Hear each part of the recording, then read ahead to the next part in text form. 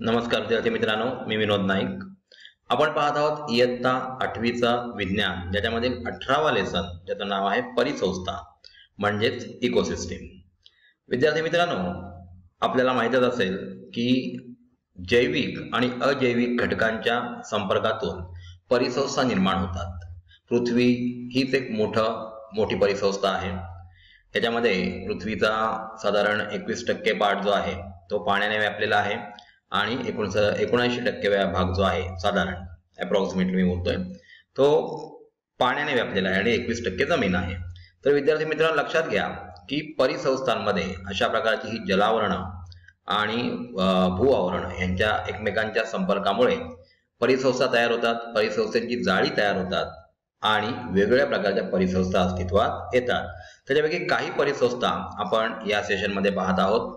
याच्यापूर्वी आपण गवताळ प्रदेशातील परिसंस्था पाहिलेली आहे. याच्यामधले काही प्राणी पुढील स्लाइडमध्ये आपल्याला तक्त्यात दिलेले आहेत.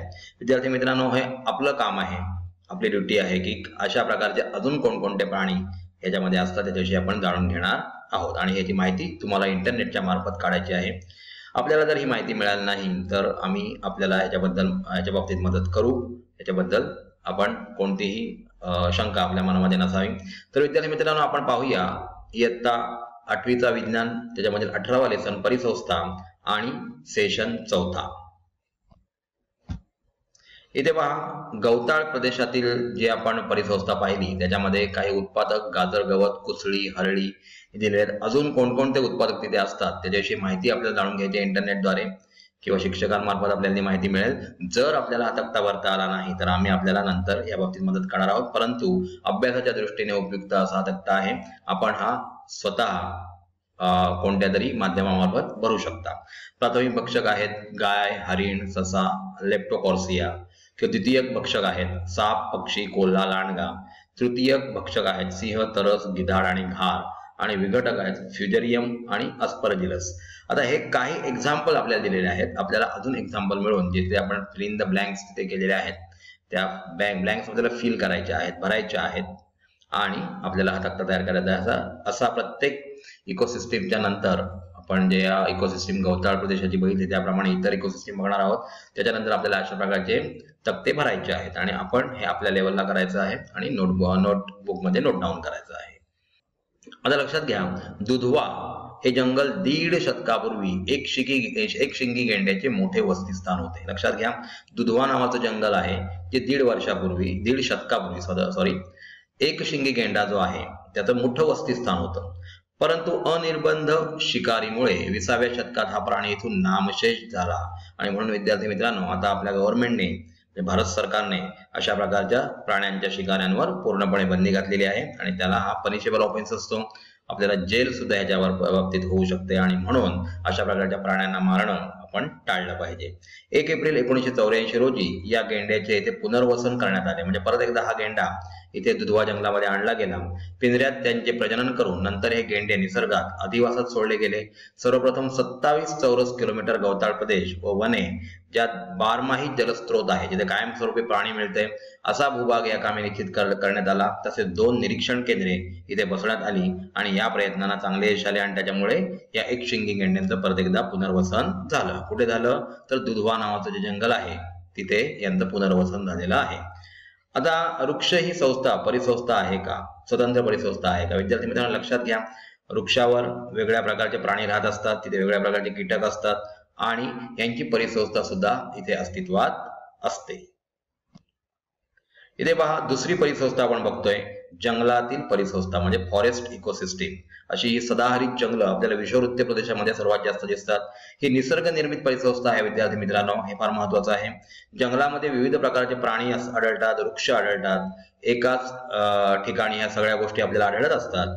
अजैविक घटकांमध्ये जमिनीत व हवेत असणारे सेंद्रिय म्हणजे आपण बोलतो ऑर्गॅनिक आणि असेंद्रिय म्हणजे इनऑर्गॅनिक घटक कन्सिडरंट जसे की हवामान, तापमान, पर्जन्यमान हे घटक वेगवेगळ्या प्रमाणात इथे आढळत असतात आणि म्हणून इथे वनस्पतींची वाढ मोठ्या प्रमाणात होत असते.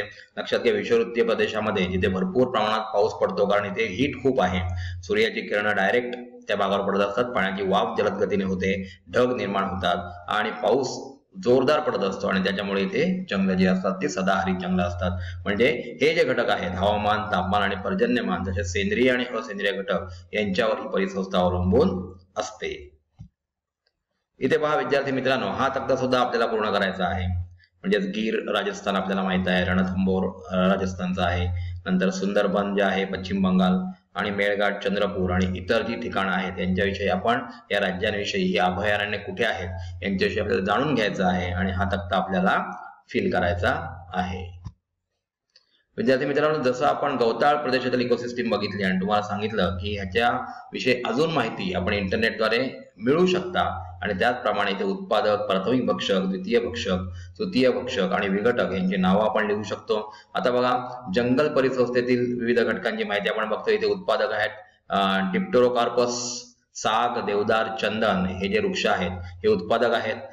सूर्यप्रकाशाद्वारे आपलं अन्न तयार करतात. अजूनही मिळणारी कोणती वनस्पती असेल, कोणती वृक्ष असतील याच्याविषयी आपल्याला नावं इथे लिहायची आहेत. प्राथमिक भक्षकांमध्ये मुंगी, नागतोडा, कोळी किंवा फुलपाखरे अशा प्रकारची प्राथमिक भक्षक आणि त्यांच्यावर अवलंबून असलेले द्वितीय म्हणजे सेकंडरी कन्झ्युमर जे आहेत त्यात साप, पक्षी, सरडे, कोल्हा आणि इतर प्राणी आपल्याला लिहायचे आहेत. त्याचप्रमाणे तृतीय भक्षक म्हणजेच साप, पक्षी, सरडे, कोल्हा यांच्यावर अवलंबून असलेले वाघ, ससाणा किंवा चित्ता आहेत.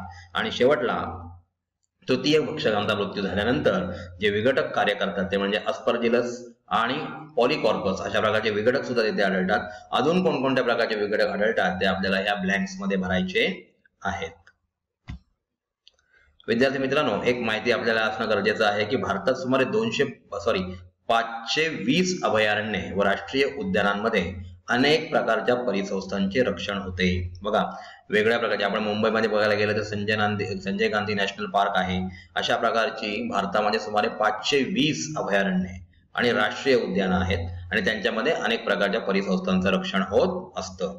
पांढरा बिबट्या या अत्यंत दुर्मिळ प्राण्यांचे रक्षण करणारे सर्वात मोठे अभयारण्य ती ग्रेट हिमालयन नॅशनल पार्क आहे. म्हणजे इथे पांढरे बिबटे आपल्याला आढळत असतात. ही दुर्मिळ अशी प्रजाती आहे. काझीरंगा राष्ट्रीय उद्यान हे कुठे आहे तर आसाम येथे आहे. इथे हत्ती, गवा, रानडुकर, रानम्हैस, हरिण, वाघ, बिबटे यांसह अनेक प्राण्यांचे जतन इथे केलेले आहे. जगात सापडणाऱ्या भारतातील एक शिंगी गेंड्यापैकी 2/3 गेंडे येथे आढळतात. या गेंड्यांविषयी आपण ऑलरेडी आधीच्या स्लाइड मध्ये पाहिलेलं आहे. भरतपूर येथे अभयारण्य पाण पक्ष्यांसाठी जगप्रसिद्ध आहे. पाण पक्षी म्हणजे पाण्यावर जे अवलंबून असतात पक्षी, अशा प्रकारच्या पक्ष्यांचं अभयारण्य भरतपूर येथे आहे. रणथंबोरचे अभयारण्य पट्टेदार वाघांसाठी प्रसिद्ध आहे. रणथंबोरचं एक विशिष्ट असे अभयारण्य आहे जे त्या ठिकाणी असे वेगळ्या प्रकारचे जे प्राणी असतात ते अस्तित्वात आहेत. गुजरात मधील गीरचे जंगल म्हणजे दिमागदार अशा आशियाई सिंहाचे जगातील एकमेव आश्रयस्थान आहे. याच्यापूर्वी आपल्याला आलं होतं की गीरचं अभयारण्य जे आहे ते गुजरातमध्ये आहे आणि रणथंबोर राजस्थानमध्ये आहे. त्याचप्रमाणे आपण बघितलं की आसामला काझीरंगा हे राष्ट्रीय उद्यान आहे. तर अजून माहिती आपल्याला मिळून आपण तो आधीच्या स्लाइड मधला तक्ता पूर्ण करू शकतो. गुजरातमधील गीरचं जंगल हे आशियाई सिंहांसाठी सर्वात प्रसिद्ध असं एक आश्रयस्थान आहे. विद्यार्थी मित्रांनो, आपण आता दुसरी परिसंस्था बघतोय ती म्हणजे जलीय परिसंस्था म्हणजे ॲक्वॅटिक बायोम्स. आपल्याला बाजूच्या स्लाइड मध्ये दिसते बघा, मासे आणि इतर छोटे छोटे मासे सुद्धा या जलीय परिसंस्थेमध्ये दिसत आहेत. काही वनस्पती दिसत आहेत. ते सूर्यप्रकाशाद्वारे आपलं अन्न बनवतात आणि त्याच्यावर हे कन्झ्युमर प्राथमिक, द्वितीयक आणि तृतीयक अवलंबून असतात. आता लक्षात घ्या, पृथ्वीवर 71% भूभाग पाण्याने व्यापलेला असून 29% भागावर जमीन आहे. याच्याविषयी आपण आधी डिस्कशन केलेलं आहे.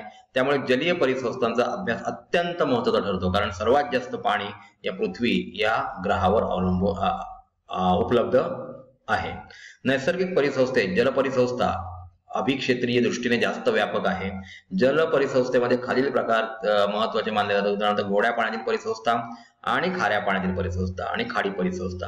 आपल्याला माहिती आहे गोड्या पाण्यातील परिसंस्था म्हणजे लेक वगैरे आहेत किंवा नदी आहे यांच्यामध्ये आढळणारे जे जलचर आहेत त्यांना गोड्या पाण्यातील परिसंस्था असं म्हणतात. आता खाऱ्या पाण्यातील परिसंस्था म्हणजे समुद्र किंवा हे आहेत ओशन्स, महासागर आहेत, यांच्यामध्ये खाऱ्या पाण्यातील परिसंस्था आहेत. आणि खाडी म्हणजे आपल्याला माहित आहे की जिथे नदी समुद्राला मिळते तो भाग म्हणजे खाडी, म्हणजे ह्याच्यामध्ये खारं पाणी शिरलेलं असतं. म्हणजे अशा वेगळ्या प्रकारच्या परिसंस्था आपल्याला पृथ्वीवर बघायला मिळतात. विद्यार्थी मित्रांनो, इथे बघूया आपण गोड्या पाण्यातील परिसंस्था. या परिसंस्थेत नदी, तळे, सरोवर यांचा समावेश होतो. म्हणजे इथे गोड पाणी आढळतं, समुद्रामध्ये खारं पाणी आहे. या परिसंस्थेत नदीद्वारे व पाण्याच्या प्रवाहाद्वारे ऊर्जा संक्रमण होते. जलभागाच्या तळावर असंख्य विघटक असतात. विघटक काय काम करतात, तर जेव्हा डेड बॉडीज येतात आणि त्या त्या जलाशयाच्या तळाशी जेव्हा जातात तेव्हा त्यांचं विघटन करण्याचं महत्त्वाचं काम हे विघटक करत असतात. ते वनस्पती व प्राण्यांच्या मृत शरीरावर विघटनाचे कार्य करून त्याचे अजैविक घटकात रूपांतर करतात. आणि अशा तुमच्याजवळ असणाऱ्या परिस्थितीचे निरीक्षण आपल्याला करायचं आहे. त्याचा तक्ता आपल्याला पुढे पूर्ण करायचा आहे. लक्षात घ्या, विघटनाचं कार्य विद्यार्थी मित्रांनो फार महत्वाचं आहे. जर डिकम्पोजर नसतील तर मृत शरीरांचं विघटन होणार नाही, आणि शरीरांचं विघटन झालं नाही तर त्यांचे असे थरच्या थर जमा होतील आणि त्यापासून दुर्गंधी तयार होईल. आता आपल्याला जसं आपण आधीच्या परिसंस्थांमध्ये बघितलं की आपल्याला एक तक्ता पूर्ण करायला दिला होता, त्याप्रमाणे पुढे एक तक्ता दिलेला आहे, तो सुद्धा आपल्याला पूर्ण करून नोट डाऊन करायचा आहे. इंटरनेटच्या सहाय्याने आपण तो तक्ता पूर्ण करू शकतो. इथे बघा, उत्पादक कोण आहेत, तर पाण वनस्पती, युरोथ्रिक्स नावाच्या वनस्पती, हायड्रिला, अझोला, नेटेला, टायफा, पिस्टिया, इकॉर्निया. इंटरनेटच्या सहाय्याने आपण अजून वनस्पतींची नावं काढू शकतो, उत्पादकांची नावं काढू शकतो आणि त्या ब्लँक्स मध्ये लिहू शकतो. प्राथमिक भक्षक आहेत पाणकीटक, गोगलगाय, ॲनेलिड्स हे प्राथमिक भक्षक आहेत, म्हणजे प्रायमरी कन्झ्युमर आहेत. त्यानंतर द्वितीय भक्षक प्राथमिक भक्षकावर अवलंबून असलेले लहान मासे आहेत. बेडूक हे प्राथमिक भक्षकावर अवलंबून आहेत. आणि तृतीय भक्षक म्हणजे मोठे मासे, मगर, बगळे हे तृतीय भक्षक आहेत. आणि शेवटी हे जे मृत शरीर आहेत तृतीय भक्षकांची, त्यांचं विघटन करण्याचं काम हे जीवाणू आणि बुरशी आणि इतर कोणकोणते घटक करत असतात त्याच्याविषयी आपण इंटरनेटद्वारे माहिती काढू शकतो. विद्यार्थी मित्रांनो, आता दुसरी परिसंस्था बघूया आपण, ती म्हणजे खाऱ्या पाण्यातील सागरी परिसंस्था. Marine ecosystem. म्हणजे या परिसंस्थेत सागरी वनस्पतींची वाढ होते. म्हणजे समुद्रामध्ये वाढणाऱ्या, महासागरामध्ये वाढणाऱ्या वनस्पती आहेत. शैवालावर उपजीविका करणारे लहान मासे, झिंगे मोठ्या प्रमाणावर उथळ भागात आढळतात. म्हणजे उथळ भाग जो आहे त्याच्यावर ह्या वनस्पती आहेत आणि त्या ठिकाणी अशा प्रकारचे लहान मासे किंवा झिंगे आपल्याला आढळत असतात. सागराच्या मध्यभागी कमी प्रमाणात जलचर आढळतात. मोठे मासे द्वितीयक भक्षक असतात. समुद्रात पोषक द्रव्ये मोठ्या प्रमाणावर आढळत असतात. सागर तळावर विघटकांची संख्या जास्त असते. मृत वनस्पती, मृत प्राणी व टाकाऊ पदार्थ सागर तळावर जमा होऊन त्यांच्यावर सूक्ष्म जीवाणू विघटनाचे कार्य करत असतात. म्हणजे विघटकांचं कार्य खूप महत्वाचं आहे. डिकम्पोजिशन झाल्याशिवाय हे प्राणी नष्ट होणार नाहीत, त्यांचे मृत शरीर जे आहे ते नष्ट होणार नाहीत. म्हणून अशा प्रकारचे, आता तुम्हाला माहित आहे सागर किंवा महासागर ही फार मोठी इकोसिस्टीम आहे आणि त्यांच्यामध्ये प्राण्यांची संख्या सुद्धा फार मोठी असते आणि म्हणून त्यांचं विघटन करण्यासाठी मोठ्या प्रमाणावर विघटक अशा प्रकारच्या इकोसिस्टीम मध्ये आपल्याला आढळून येतात. तर विद्यार्थी मित्रांनो, आपण इथे वेगवेगळ्या प्रकारच्या परिसंस्था पाहिल्या, ज्याच्यामध्ये नदीमध्ये किंवा म्हणजे गोड्या पाण्यामध्ये वाढणाऱ्या इकोसिस्टीम, नंतर खाऱ्या पाण्यामध्ये वाढणाऱ्या इकोसिस्टीम बघितल्या. त्याचप्रमाणे वेगवेगळ्या ठिकाणी वेगवेगळ्या प्राण्यांचं कसं जतन केलेलं आहे, राष्ट्रीय अभयारण्ये काय काम करतात याच्याविषयी आपण माहिती या सेशनमध्ये जाणून घेतलेली आहे. धन्यवाद.